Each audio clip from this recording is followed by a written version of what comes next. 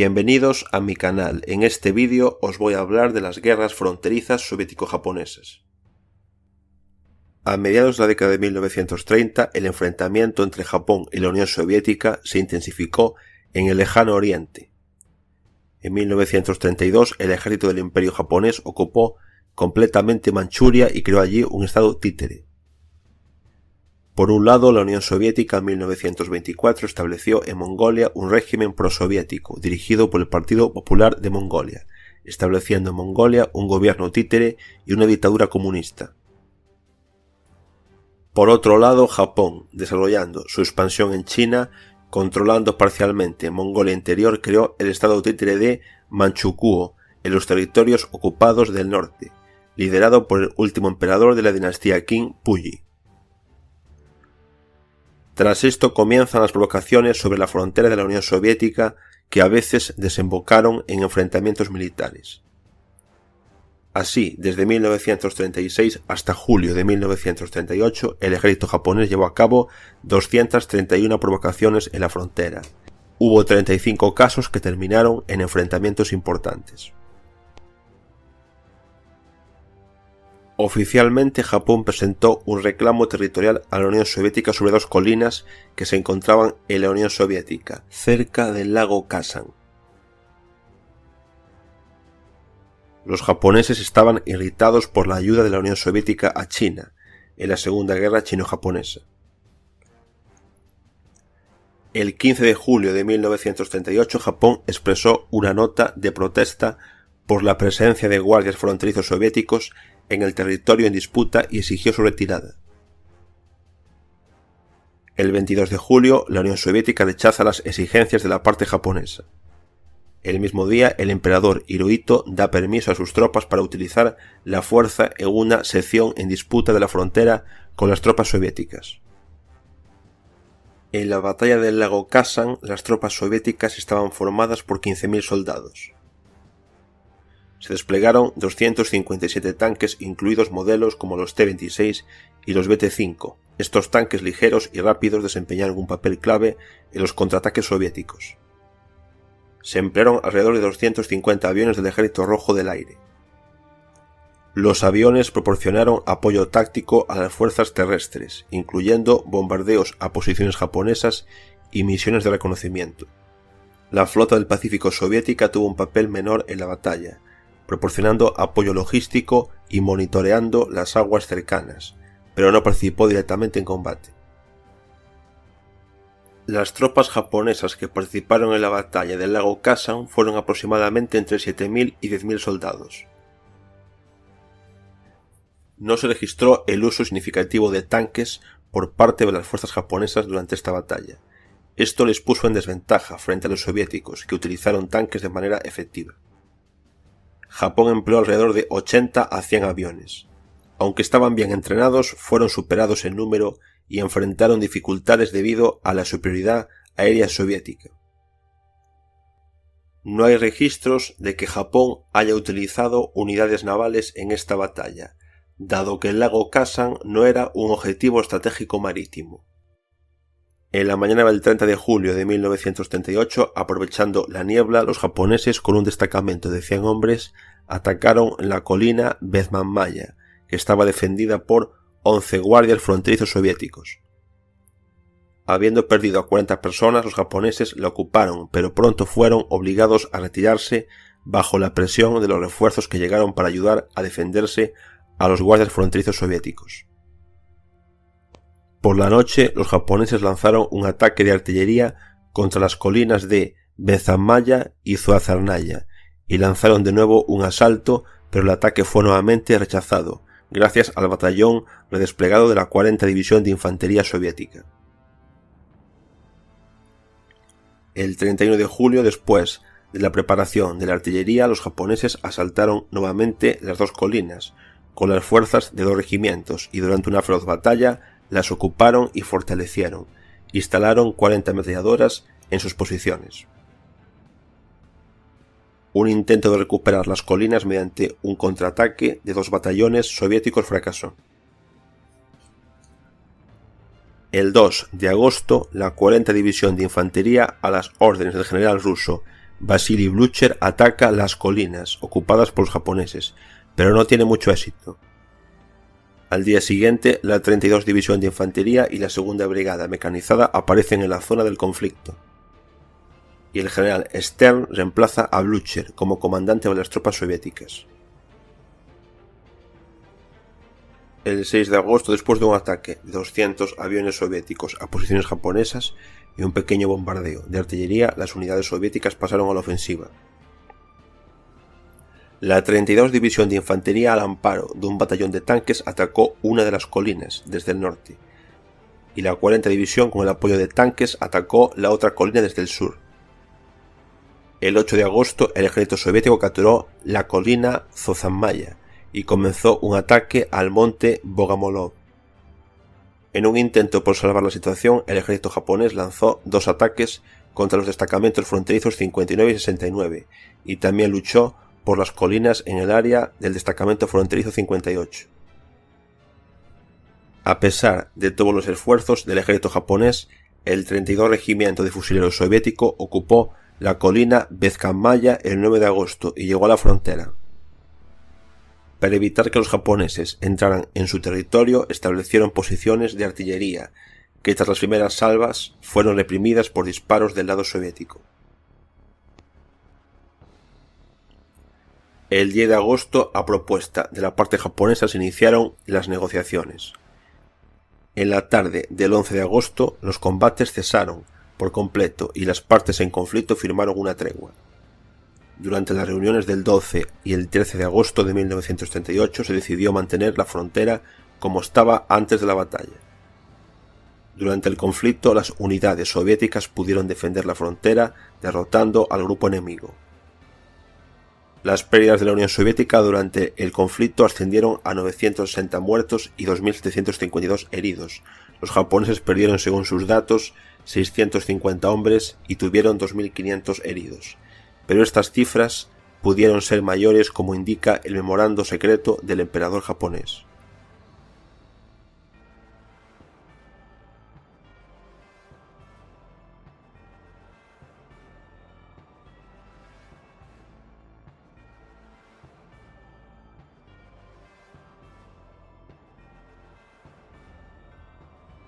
El conflicto armado abierto soviético-japonés en las fronteras de Mongolia fue el final de toda una serie de provocaciones organizadas por las tropas japonesas.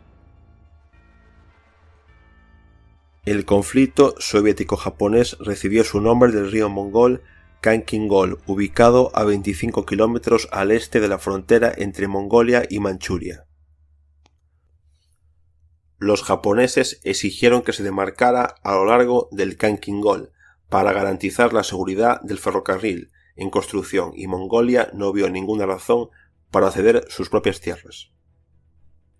Los enfrentamientos fronterizos comenzaron en 1935, pero la situación comenzó a agravarse especialmente cuando en 1937, de acuerdo con los acuerdos firmados, se introdujeron unidades del Ejército Rojo en Mongolia. En enero de 1939, Japón, sin olvidar acusar a Mongolia y de violar las fronteras de Manchukuo, se dirigió a un conflicto militar directo.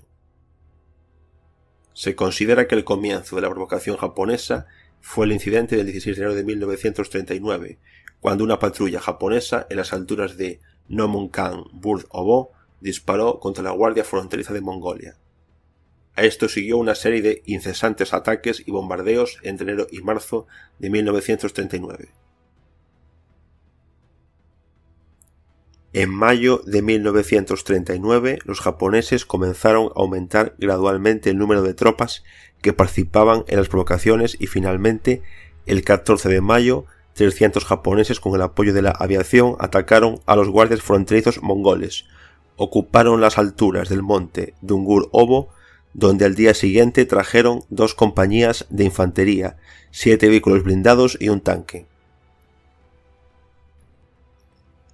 Al darse cuenta de que los mongoles por sí solos ya no podían hacer frente, se desplegaron tropas soviéticas en Khankin-Gol, que el 22 de mayo empujaron a los japoneses de regreso a la frontera. En la batalla de Khankin-Gol, las fuerzas soviéticas y mongolas estaban compuestas por aproximadamente 57.000 soldados. los soviéticos desplegaron 498 tanques. Los modelos principales incluyeron el BT-5 y el BT-7, tanques ligeros, rápidos y efectivos en las llanuras abiertas del terreno de Khankin-Gol. Se emplearon alrededor de 515 aviones soviéticos. Los modelos de aviones incluyeron bombarderos y cazas modernos para la época, como el Polikarpov I-16 y el Polikarpov I-15. Dado que la batalla tuvo lugar en una región terrestre remota, ninguno de los dos bandos desplegó unidades navales. En la batalla de Khankin-Gol, el imperio japonés contaba con 75.000 hombres en lo que respecta a las tropas terrestres. También contaban con 73 tanques, 300 aviones y tampoco desplegaron unidades navales. El 28 de mayo el destacamento japonés del coronel Yamagata, unas 2.600 personas, 75 ametralladoras, 18 cañones, 8 vehículos blindados y un tanque atacó a las tropas soviético-mongolas compuestas por 920 personas, 58 ametralladoras, 20 cañones y 39 vehículos blindados. El grupo soviético-mongol se retiró, pero al día siguiente, habiendo recibido refuerzos, contraatacó, obligando al enemigo a regresar a sus posiciones originales.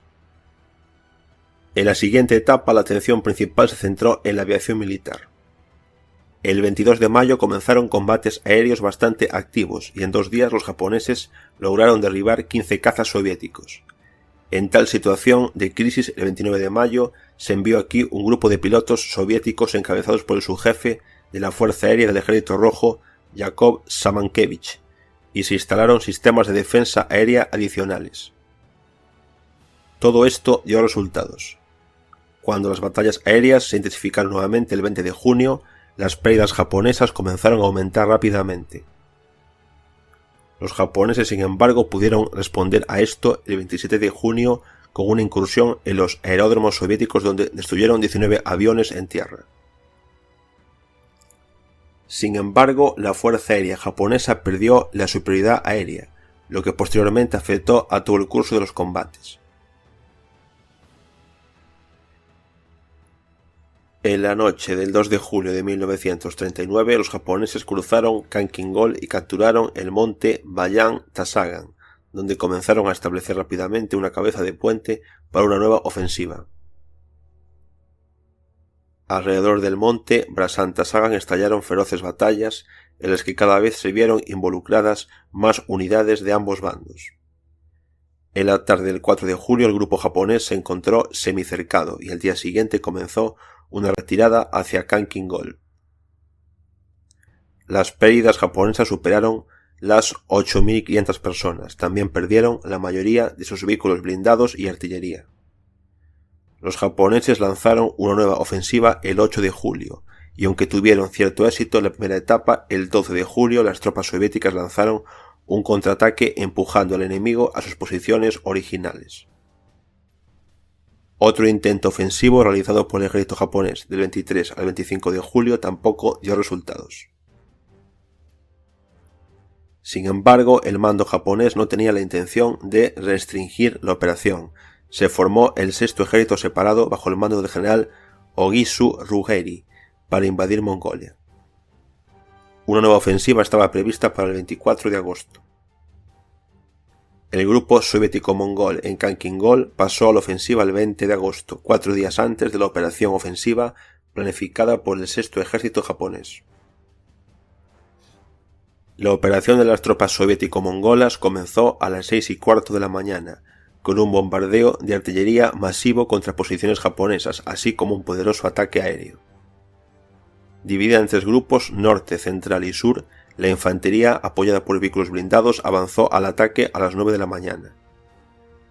El enemigo, que no esperaba el golpe, se vio obligado a retirarse a lo largo de todo el frente. El mando del sexto ejército japonés solo intentó fortalecer el centro de la posición, esencialmente abandonando sus flancos a merced del destino. La confusión de las tropas japonesas no duró mucho y al día siguiente de la ofensiva soviética el nivel de resistencia aumentó significativamente, especialmente en el sector central, que recibía constantemente refuerzos. los soldados japoneses opusieron una feroz resistencia, luchando con fanatismo hasta la última gota de sangre. Hubo que tomar fortificaciones de campaña a costa de grandes pérdidas. El general ruso Grigori Zhukov, que dirigió la operación, tuvo que llevar reservistas a la batalla. Ya el 23 de agosto tuvo que transferir la 212 Brigada Aerotransportadora y las dos últimas compañías de guardias fronterizos al destacamento central. Sin embargo, las tropas soviéticas, superando gradualmente la resistencia enemiga, avanzaron hacia el objetivo previsto del plan desarrollado por el mando, rodear al grupo japonés. Sin embargo, el mando del ejército japonés era plenamente consciente de la situación que había surgido en Kangin-gol, y del 24 al 26 de agosto hizo varios intentos de establecer contacto con el sexto ejército, haciendo retroceder a las tropas soviéticas que lo bloqueaban. Estos intentos fracasaron y el 26 de agosto el mando japonés redujo sus operaciones, considerándolas inútiles, y retiró sus tropas al territorio de Manchukuo. En la tarde del mismo día, 26 de agosto, se unieron las unidades avanzadas de los grupos soviético-mongoles del sur y del norte. Ahora el sexto ejército japonés estaba completamente rodeado. Al día siguiente, Zhukov ordenó dividir en pedazos al grupo rodeado y luego comenzar su destrucción. A los pocos días se completó la operación. El 29 y el 30 de agosto se libraron algunas batallas al norte del río Kalskaska-Gol, pero en la mañana del día siguiente se podía afirmar que la derrota de las tropas japonesas era completa. Ni un solo soldado japonés, excepto los prisioneros, quedaba en pie. El territorio de la Mongolia prosoviética, como informó Zhukov en la mañana del 31 de agosto a Moscú, ha sido completamente limpiado de invasores japoneses. Para un conflicto tan local, aunque bastante prolongado, el nivel de pérdidas en ambos lados fue extremadamente alto, especialmente considerando que los daños principales, con excepción de la aviación, ocurrieron del 20 al 30 de agosto. Las tropas japonesas perdieron alrededor de 17.000 hombres. En las tropas japonesas hubo alrededor de 36.000 heridos. El ejército rojo perdió alrededor de 9.300 hombres y tuvieron 16.000 heridos. Se perdieron 207 aviones soviéticos y 162 japoneses. Dado que la victoria quedó en manos del grupo soviético-mongol, importantes trofeos quedaron en sus manos. Solo había 30 cañones pesados y 141 cañones de campaña. Aunque las principales batallas en Kangin-gol terminaron el 31 de agosto, el comando japonés lanzó dos ataques terrestres más. Primero, en la mañana del 4 de septiembre, un destacamento japonés con una fuerza de hasta 2 batallones lanzó un ataque. Luego, 4 días después, el 8 de septiembre, un destacamento con una fuerza de hasta un batallón atacó. Pero la intensidad de los combates ya no fue la misma. Ambos intentos fracasaron por completo y el mando japonés añadió a sus pérdidas unas 500 personas más. El ataque del 8 de septiembre fue la última operación terrestre del mando japonés, tras lo cual se limitó únicamente a los ataques aéreos. Además, el último día del conflicto, el 15 de septiembre, tuvo lugar la mayor batalla aérea de toda la historia del conflicto, en la que participaron casi 330 aviones de ambos bandos. La derrota en Kangin-gol provocó la caída del gabinete del general japonés Hiromuna Kichiro, quien de hecho inició todo este conflicto. El nuevo gobierno, encabezado por el protegido del ejército, el general Abe Nobuyuki, estuvo de acuerdo en que seguir luchando era inútil, y el 4 de septiembre hizo una declaración extremadamente importante de que no tenía intención de intervenir de ninguna forma en el conflicto que estaba estallando en Europa. Unos días más tarde, la parte soviética recibió una propuesta para concluir una tregua. El 15 de septiembre de 1939 en Moscú, el comisario del Pueblo de Asuntos Exteriores de la Unión Soviética, Molotov, y el embajador de Japón en la Unión Soviética, Togo Shigenori, firmaron un acuerdo para el cese de las hostilidades en la zona del río Kangin-gol. El acuerdo entró en vigor al día siguiente. El 16 de septiembre finalmente cesaron las operaciones militares en la frontera entre Mongolia y Manchuria. Los japoneses, después de haber sido golpeados en los conflictos fronterizos por la Unión Soviética, se dieron cuenta de que tendrían que luchar contra el Ejército Rojo de manera diferente que con las tropas de Chiang Kai-shek y Mao Zedong.